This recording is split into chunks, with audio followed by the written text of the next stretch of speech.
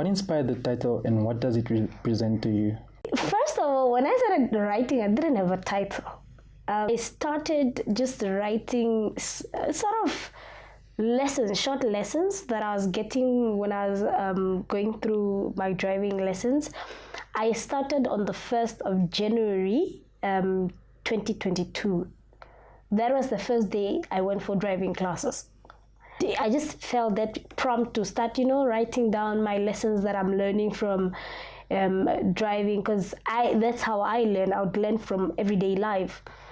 And as time went on, I got a prompt to write a book. And it's something I've been wanting to write, but this one just came too strong and very different.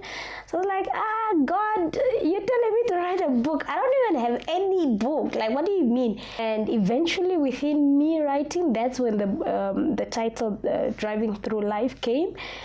Because I learned then to realize that I wasn't just driving or learning how to drive, but I was literally driving through my life, and the different lessons that I was picking up at the driving school were actually lessons that I could apply in my own life, and I was seeing results as I was applying them. So that's where the title really came from, and the subtitle basically was just because it was more Christian grounded.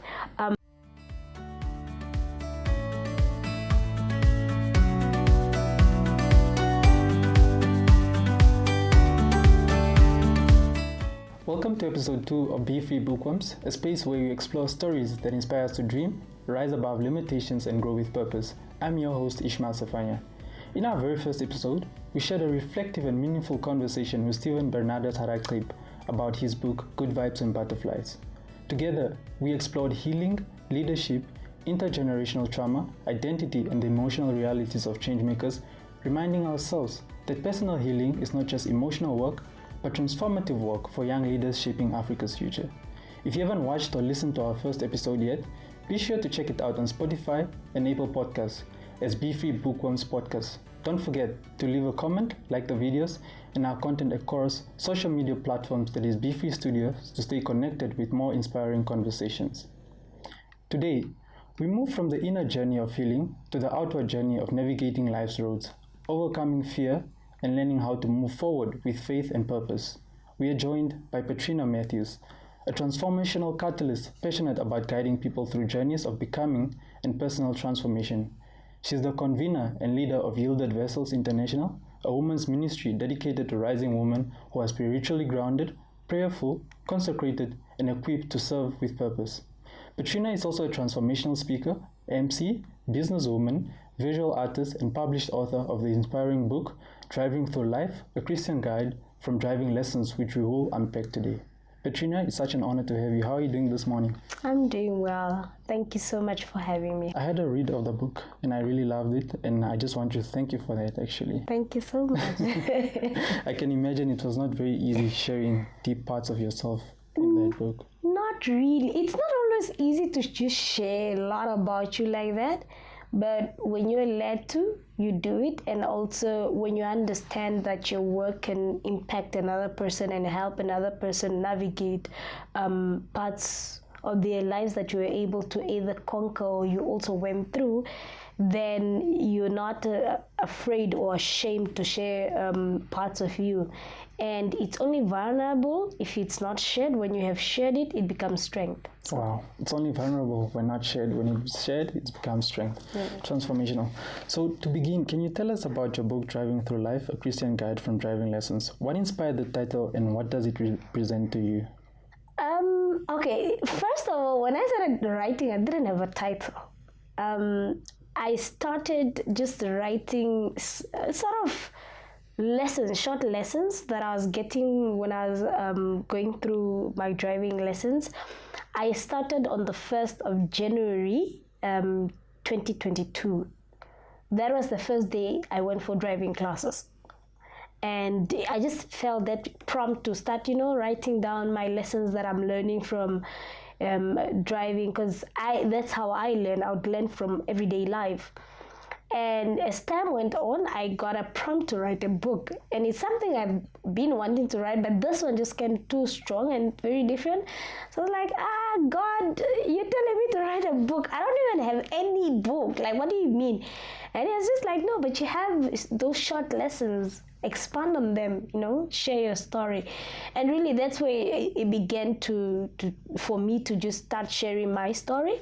And eventually, within me writing, that's when the title Driving Through Life came, because I learned then to realize that I wasn't just driving or learning how to drive, but I was literally driving through my life, and the different lessons that I was picking up at the driving school were actually lessons that I could apply in my own life, and I was seeing results as I was applying them. So that's where the title really came from, and the subtitle basically was just because it was more Christian grounded. But the people that I have encountered who have read them, even the ones that are not Christian, could still learn from them. And yeah, so that's where the title came from, and that's where the idea of writing the book came from.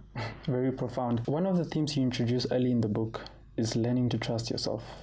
How important was that self-belief during your journey towards getting your driving license? It was very important. I laugh about it now, but at the time, it was one of the most important things I had to do, because number one, I didn't have a supporting team at the time, because I was not allowed to share anything concerning the journey. So that was number one. Number two, my mind was very busy with, you can't do that, how will you do that? So I needed to learn to trust me to be able to do that thing that I want to do. I needed to be able to trust that I would be able to get into a car, start it, and actually get to my destination without there being any accident, any funny hiccups, anything. And also, because I wanted to be a good driver, I didn't just want to drive. I've heard people say, no, Salma is a bad driver, for example. I'm sorry, Salma. He's a bad driver. And so I figured, okay, if they're saying somebody is a bad driver, then there is a good driver. But you're not going to become good if you don't trust you to be good. So I needed to learn how to trust myself. And that helped with my confidence. And that helped with how I showed up. And that helped with how far I could go. And it's so important, like just in everyday life, that we trust ourselves, we trust the abilities within us, we trust our gifts, we trust our own desires, and actually how far we can go. Because when we don't trust that, and there's nobody else to cheer you on, to trust that you can actually do it, we won't be able to actually do so many things. But when we say, I'll do this, and you trust yourself to do it, whether there's a cheerleading team or no cheerleaders, you will get to that thing. Learning to trust oneself. Very important, very important. So the book connects ordinary driving lessons to spiritual and life lessons. Why do you think God uses everyday experiences to teach us deeper truths about our lives? I think in my walk with God, I've learned that we make God to be these. It's like we put him on a pedestal where he's sitting on this chair and he's just so angry and he's just ready for when you mess up, and then he corrects you, and then he's also just like, we have our own idea of what God is, that sometimes we miss out. We miss out on his love, on his goodness, on his everyday life, because that's where he is in our everyday life. So I feel like for me, that's how I learn more, because if he says I'm a loving God, he's not going to use Moses in the Bible only. He's going to use you to show you love. He's going to use your brothers, your sisters, your parents, your friends to show you love, because he's within us. So I feel like every single day is an opportunity to learn something about God. It's an opportunity to learn something about ourselves. It's an opportunity to learn something about other people. But it's every single day. It's not in the later, it's not in the past, it's now that he teaches us.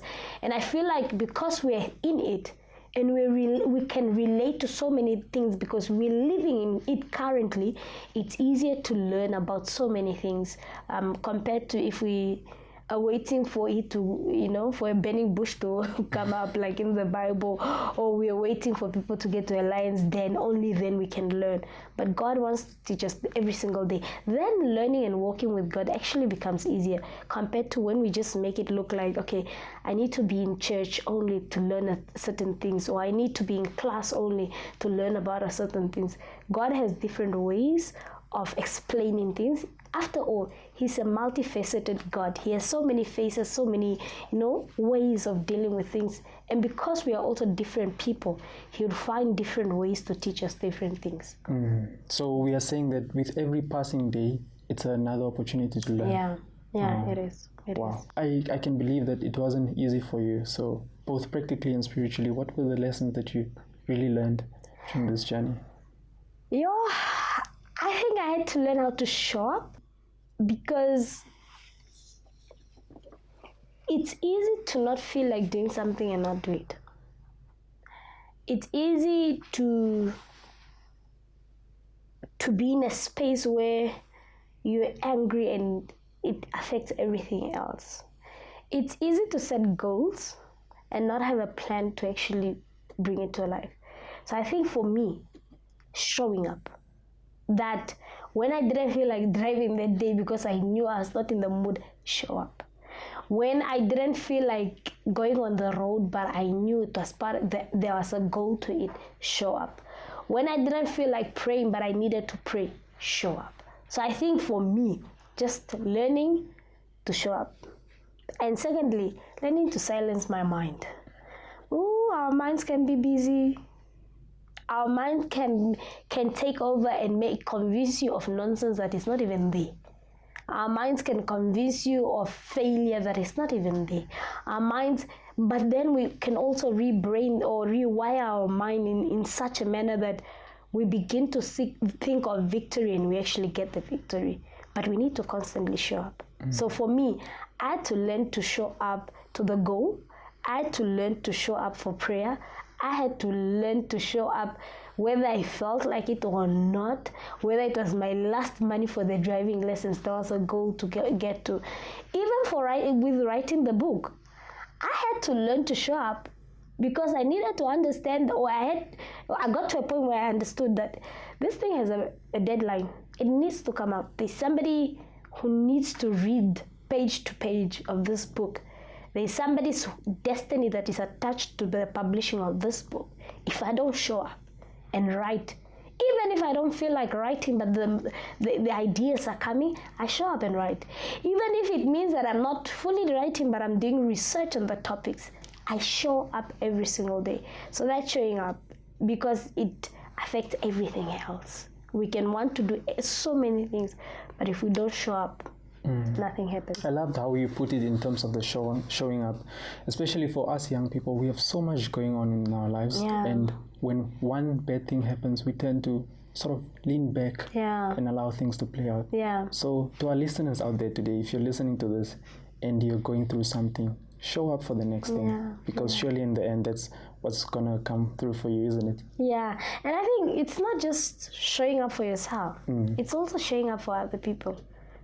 Because I think sometimes we get in a cycle of showing up for ourselves, and it's me, myself, and I, and all that sometimes we forget to show up for friends, to show up for family, to show up for people we are called to serve. And showing up is not just being present, it's your mind, it's being intentional with your showing up. It's, leading it to say, I'm being intentional, I'm putting it on my calendar to actually show up. In chapter 3, I think this chapter really would resonate with a lot of young people, and you speak about starting over, and you explain that starting over is not the same as starting from scratch, but you're actually starting from something. So can you just unpack the idea for us?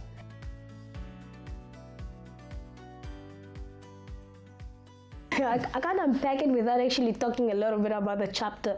So in that chapter, I have indicated how I got to a point where, when you're stubborn, and the stubbornness will always be there. I'm a little stubborn sometimes. So when the driving instructor would say, Always look in your mirrors and make sure you can see the lines as you're doing reverse parking, so that you don't hit the poles. I'll do it my way, and then I'll fail. All right, and sometimes I wanted to just maneuver in there and try and straighten the car so that I'll be able to reach without actually bumping, but it never worked. A number of times, I'll just be hitting even all the poles, and then what did I achieve? But I got to a point where I learned, listen, just start over the process. So I would go and start over. But now, I'm no longer starting over with that stubbornness of I'll just do ABC. No, I'm starting over with when I did not listen and I did not see the end of the line when I was reversing. I ended up hitting all the poles. So now I'm starting over, but I'm not starting from scratch. When I first started, it was from scratch because I was just told. But now I have experience. Now I'm starting over. I feel like a lot of times we're afraid of starting over. We're afraid of saying, listen, I'm going to sell my car, I'm going to pay for my education, and I'm going to start over in a different career path. Or I'm going to start over this business, but I'm doing it differently. I'm going to start over this book, but I'm doing it differently. There are chapters that I had to erase the whole chapter and restart over the whole chapter. But now when I restarted it over, I understood what mistakes I've made in the first one, and I could be able to continue. So starting over is really at a point where you are like, this is not working. And if I continue, I'm either harming myself, I'm harming other people, or I'm harming or wasting resources that could have actually helped me.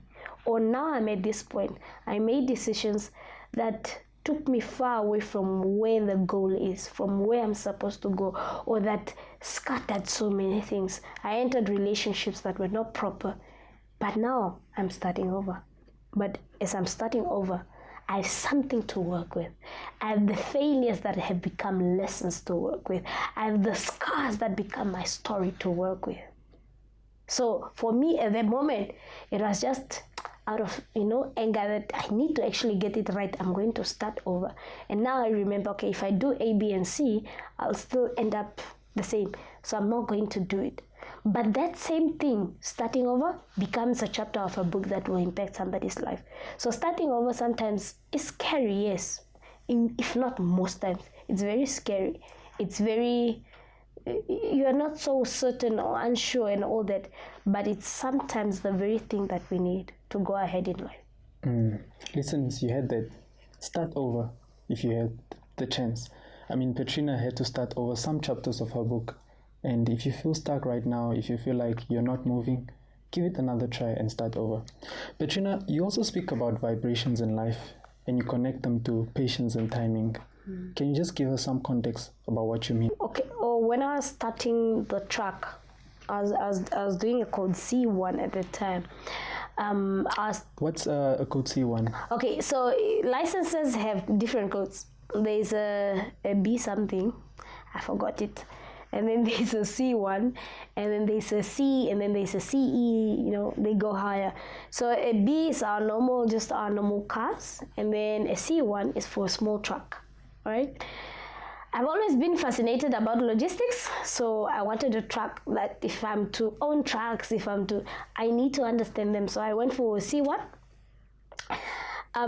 And when I was starting the car, I start the car and I want to go. But the car may switch off. Or sometimes when I was doing the hill especially, as I'm at the hill, the instructor will tell me to, okay, stop and go. But as I'm trying to go forward, the car would either switch off and all. Then he said, no, you need to wait for a breaking point of where you are able to go. And that point is where you begin to hear a certain vibration. And when you hear that vibration, then you can go. Or when you feel that vibration. Now, I thought it was only for the truck. But I realized that even on a smaller car that, for code B, because I then had to do both to be able to navigate Windhoek, it was the same thing. And I realized that, okay, so there is a vibration, a point where that indicates that now it's time to move, right? And I realized that it was the same thing with life. there are times when we need to get to a certain point in order for us to make actions, in order for us to make decisions, in order for us to go ahead in life, right? Number one, or first example, for some people, they need to first get a qualification for them to go into certain fields. That's their vibration. For some people, they need to get to a certain mindset in order for them to get into certain spaces. That's their vibrations. For some people, they need to let go of certain things, then they can start certain things. That's their vibration. So each and every person, for everything that we want to do, there is a point that comes where movement needs to require. Up until then, we need to be patient. We need to be patient to study and get the qualification that we need to get into certain spaces that we want to get into. We need to be patient to grow certain relationships so that they are able to yield the fruits that we want to see. For different people, there is different seasons. And for different seasons, according to each and every person, there is different vibrations or different indications to move, different indications to step into a new business, to step into a new career, to enter or write the books that you need to write. For some people, they'll have to do thorough studying before they can write certain books, right? For me, I've always wanted to write books, always. But I've never gotten that to get, because I didn't even know what I was going to write. I just knew I need to write a book that will help somebody. But it required me to go through what I went through with my driving or trying to get a driver's license for me to get something to be able to write for other people, right? So each and every single person, you have something that will become the indicator that it's now time to move. My prayer is that we don't miss those kairos moments, is that we don't miss those moments where it's a clear indication that it's now time to move. My second prayer is that we also don't move before our time to move. Because sometimes when we move too early, we either stop all of a sudden and we don't even know where to go from there. We're either going to crash because now we're going into a path that we're not even prepared for, or we're going to arrive too early at places that we arrive later. And sometimes we can miss out on the people we're supposed to encounter. We can miss out on the people we're supposed to impact. We can miss out on the things and the people we're supposed to become. Why? We moved too early or too late. So the balance between the two. Don't go before it's time for you to go. Number two, don't also be too late that you miss out seasons.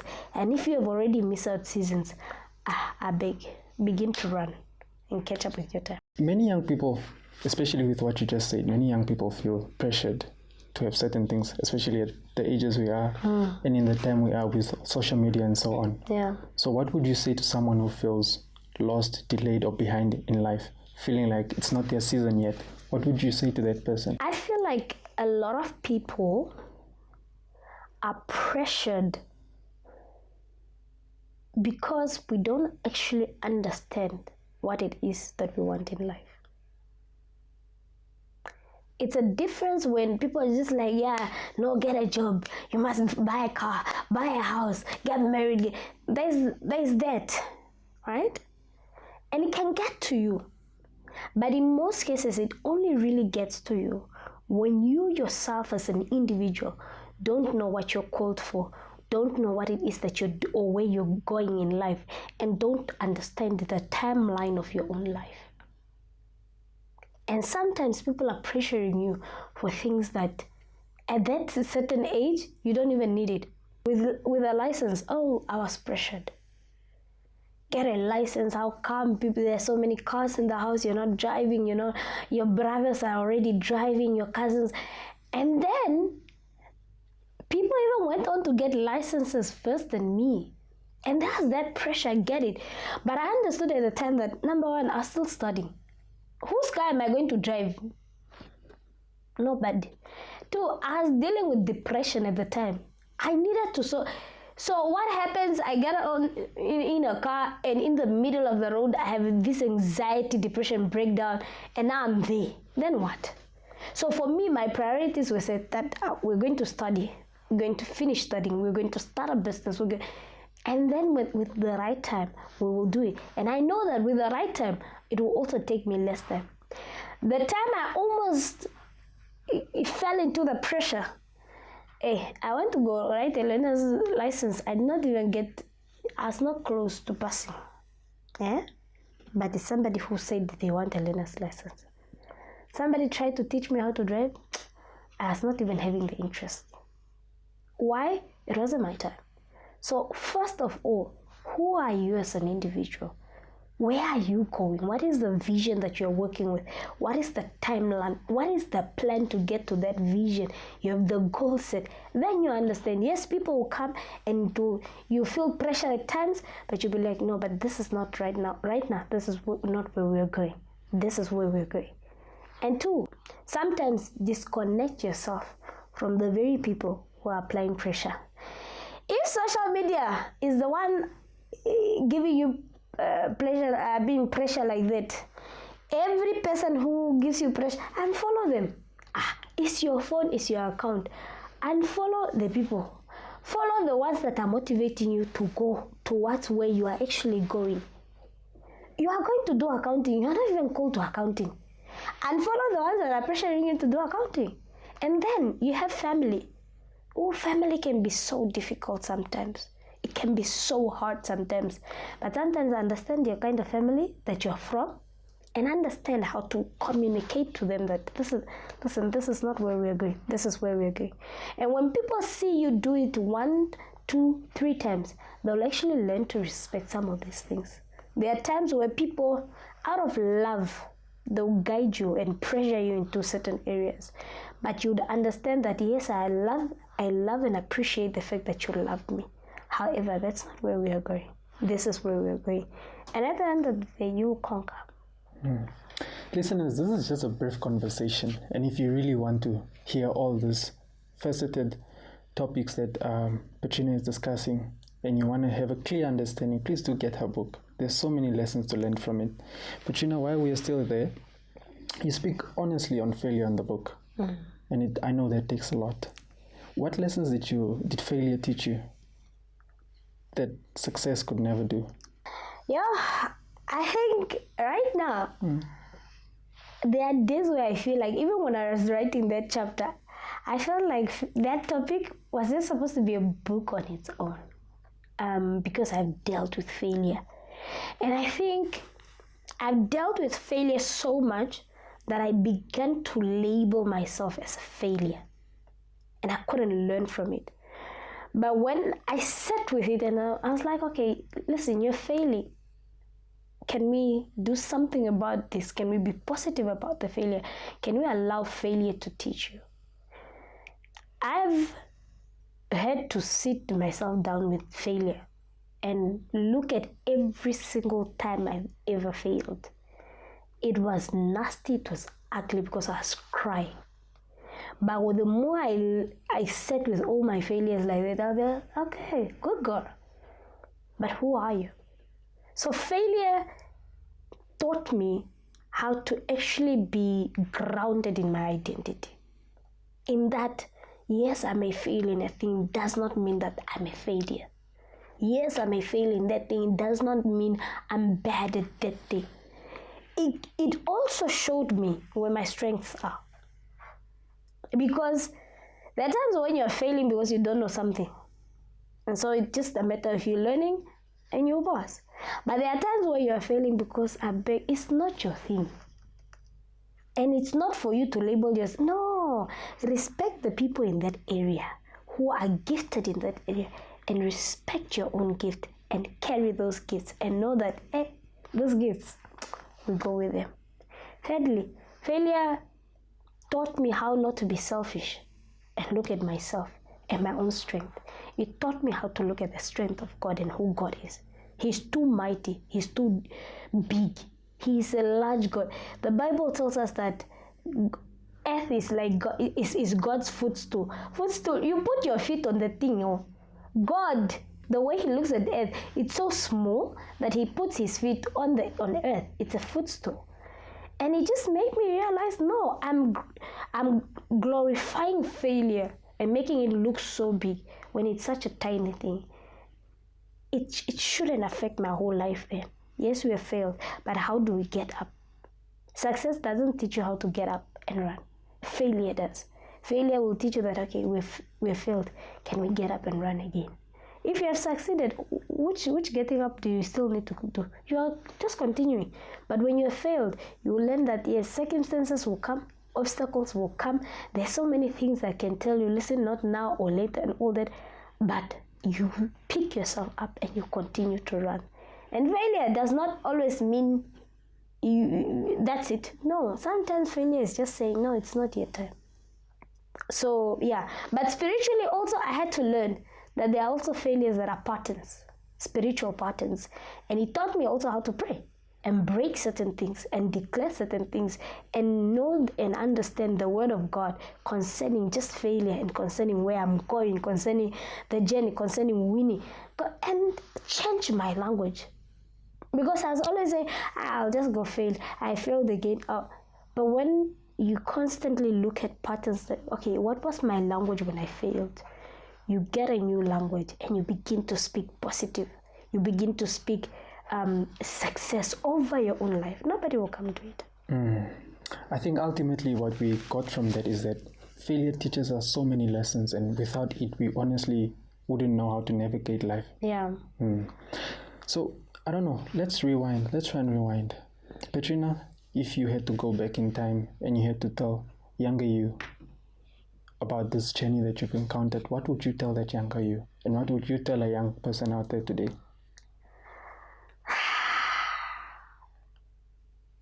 Breathe. Breathe. The world is not running away. The world is not waiting for you to fail. The world is not looking for perfection. The world is just waiting for you to show up in who you were created and made to be. The world is waiting for you to serve it with your gifts, because they actually need it. You don't need to rush. You don't need to feel too small that no, they don't need me, or there's nothing I can know. Everything within you, you are created and designed exactly like how you need to show up in the world. I think for a very long time, I was doing what everybody wanted me to do. But learning to just, you get to a point and you're like, no, I have actually failed because I didn't express my thoughts, because I did not serve the world with my gifts the way I needed to. I have actually failed because I followed the voice of everybody else and did what everybody else wanted me to do. And I failed to do what I desired to do, what I knew I needed to do. So whatever it is, breathe and serve the world with your gifts, with your talents, uncompromised, unashamed. You show up. If you fall, pick yourself up and we continue. And honestly, vulnerability is a strength. Use it. Wow, that's a whole mouth lot. And I hope our listeners are really listening to what you're saying in terms of breathing. And I think we're going to take this moment to just breathe in after all that has been said. But that's very profound from you. I think something that we shouldn't leave out today especially is that throughout your journey, you've had mentors, or you sort of had people play a role in your life. How important is mentorship to you? And how important was mentorship in writing this book, in learning how to drive? Okay, so let's start with a very core, learning how to drive. At the beginning, I was self-taught, right? I would discover and look and all that and drive. And I remember a time when I was at the village and I reversed out of the yard with only one mirror. The car only had one mirror. It's a village car, a big. And my mother was praising me. Oh, you did well. You're actually a good driver. So me, I've got a big head. I'm a good driver. Tell me why I showed up to the driving lesson or driving school and my driving instructor is like, what kind of nonsense driving is this? What bad driving? And I'm like, wait, what? And I then realized that mentors will actually point out, they care about you, but they are not going to be pumping your feelings. They'll tell you exactly as it is. And just having that coach, somebody who's there to say, okay, do it like this, that's what helped me to get my license. And even writing the book, as writing, because I had the ideas and all that, but I needed to get a mentor. So I met a man from Ghana, and he mentored me throughout the book. To the last point, sometimes you give a chapter and it's like, this is not, it's not worth to go to the world. It's okay if you're just giving it to your friends, and like, but you said your goal is to impact the world. So if it's to the world, this is not how we write. So mentors help you to keep standards. Mentors guide you and they keep you onto the goal. When we don't have mentors, we're prone to really fail. We're prone to do things vaguely. Mentors will help us to direct us. And remember, these are people who have walked the journey. You're not just going to get anybody to be your mentor. It's somebody who has a proper track record of something. And in that area, they begin to mentor you. They want the best for you. They show you how to get to a point, that this is point A, this is point B, and this is how you get there. And also, mentors are so selfless that they are saying, I've experienced some of these things and I don't want you to experience them. So the only way is I take your hand and we run and we journey towards it. These are people who have a vast knowledge, right? Because of the lives they've lived, because of the rooms they've entered. And you begin to enter rooms you've never entered in because of mentors. There are people who have opened doors for me, but it's mentors. My art career, for example, it's mentors that opened the door for me, that taught me that, okay, no, this is what you do. This is a great idea, but can you do it like this? Can you improve on yourself like this? They are not there to change you. They are not there to impose themselves on you. They are there to say, okay, so what is the goal and how do you get there? What is the idea? How do you birth that idea? So in every area, get mentors. I have so many mentors. I have mentors in writing. That's one thing that stood out for me in the book, especially is about having mentors in different spheres. Yes. Because I always used to look at mentorship as only in one sphere, but you would be lucky if you have one mentor in one area. But for example, me, I'm multidisciplined, right? I'm a speaker, so I need a speaking mentor. I'm in business, so I need a business mentor. I'm into art, I need an art mentor. And then I have a full-time profession that is not in the book, that I need a mentor in that area as well.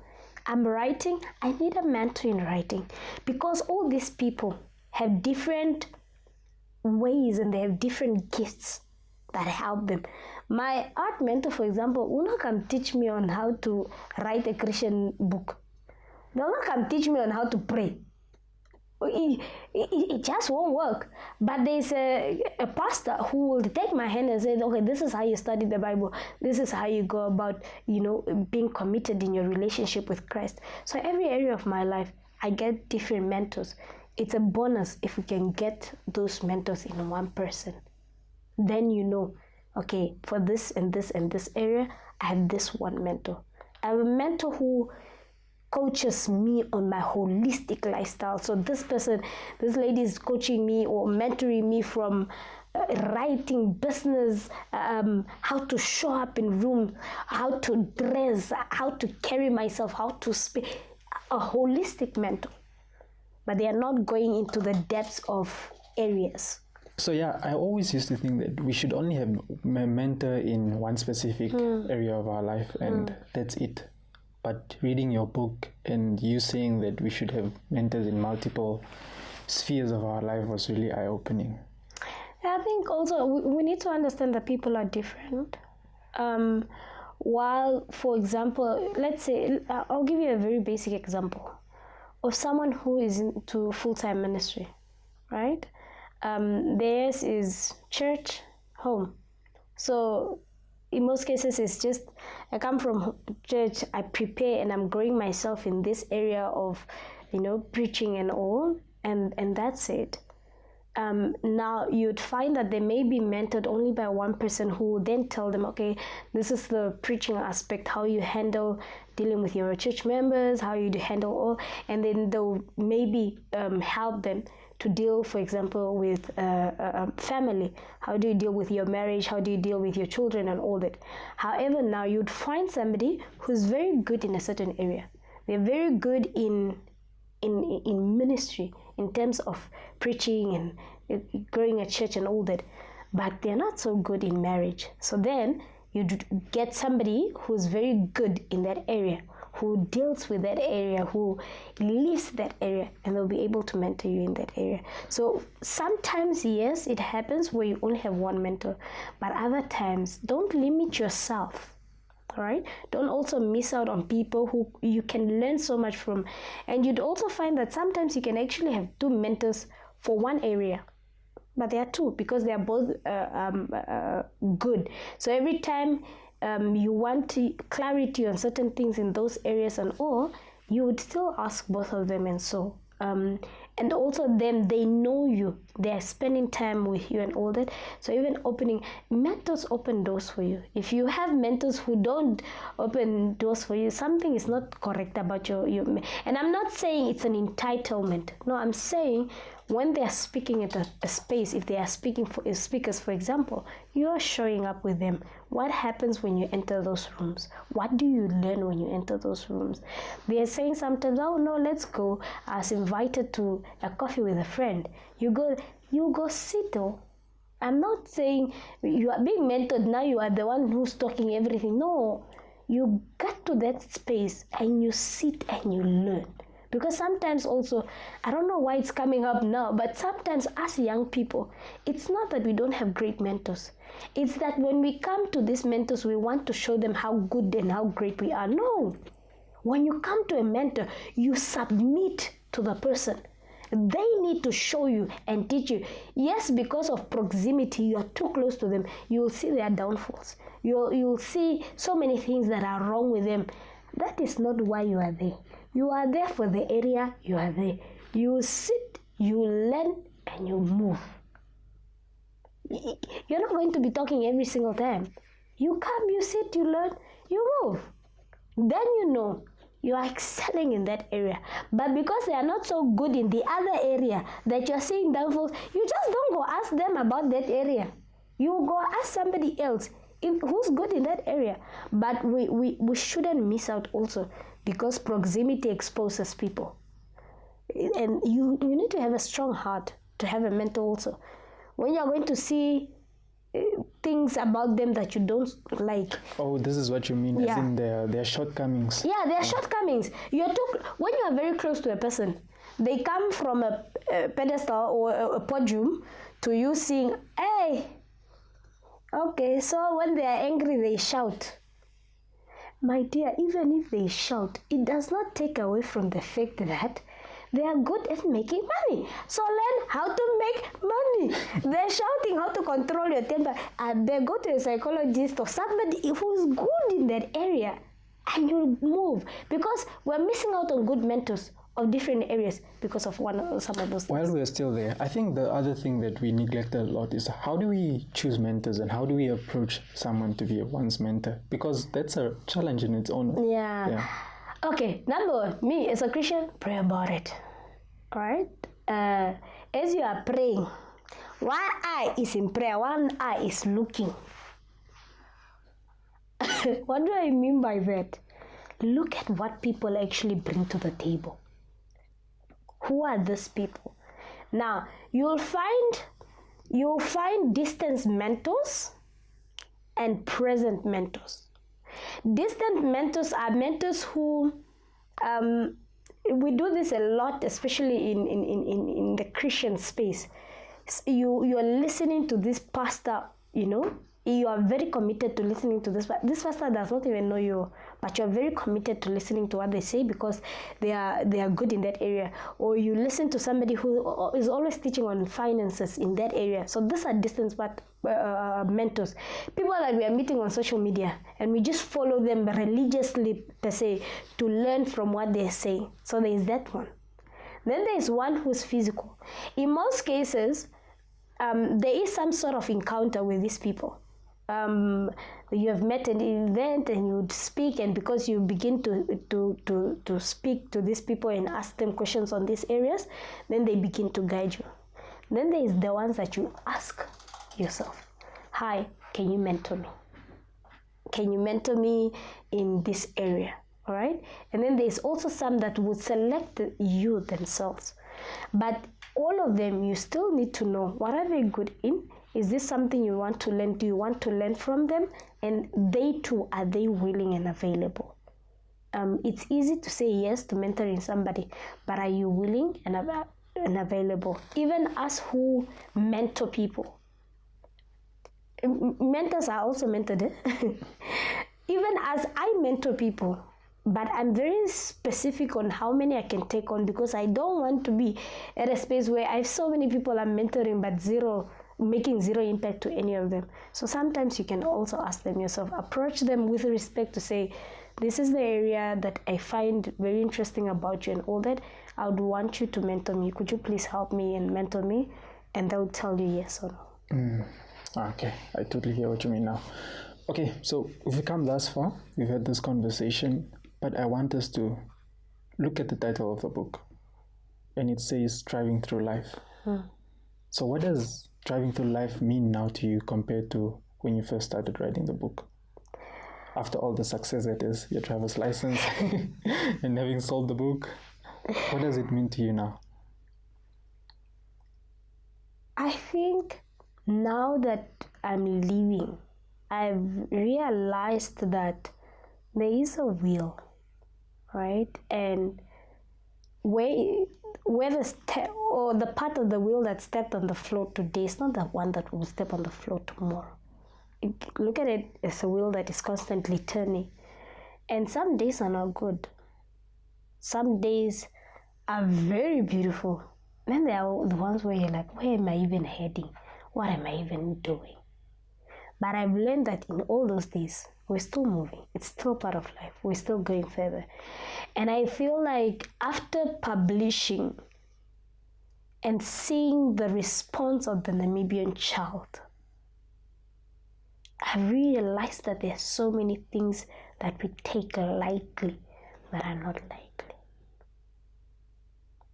Just somebody coming to you and telling you, because you published a book, I believe that there's nothing we can actually do, because how can this Namibian girl, this girl, small girl I watched growing up, or this girl that has just, we're playing together, how is it that you are now an author?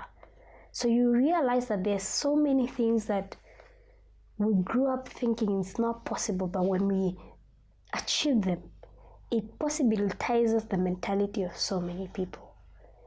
And for me, that's driving, is that whatever side of my wheel gets to step that day, whatever side of the wheel of life is stepping that day, is there impact that I'm doing to the next person?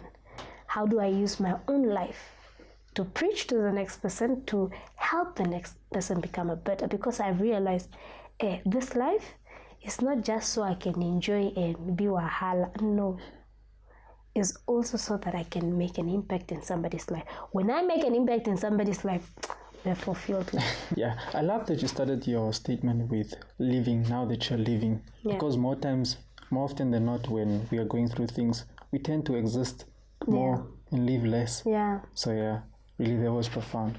We're almost at the end of our show. Oh. But before that, it's really been a wonderful one. What do you hope people get from this?